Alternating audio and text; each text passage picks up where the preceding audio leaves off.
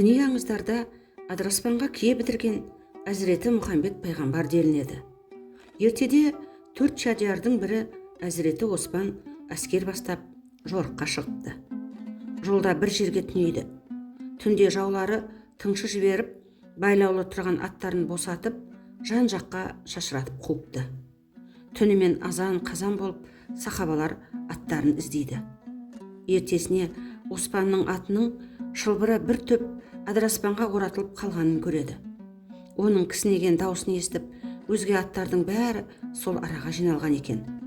Оспан да серіктерін ертіп, жылқының даусы шыққан жерге келеді. Қараса, барлық жылқы бір жерге үйіріліп тұр екен.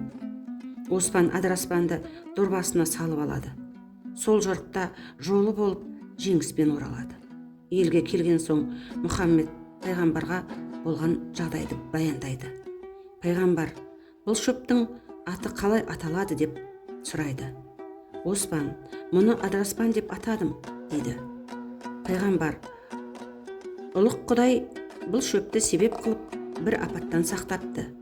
Бұдан кейін де Адыраспан менің үмбетіме игілікті қызмет етсін деп аят оқып, шөпке дем салған екен.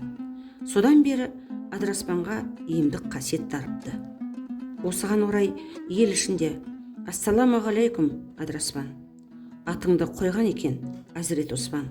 Пайғамбар дұғасынан нәр алған соң, өзіңе келіп тұрмын, жол алыстан деген сөз қалыпты.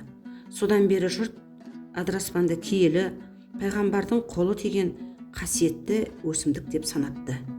Оның қураған сабақтарын тұтатып, үйдің ішін аластайды екен.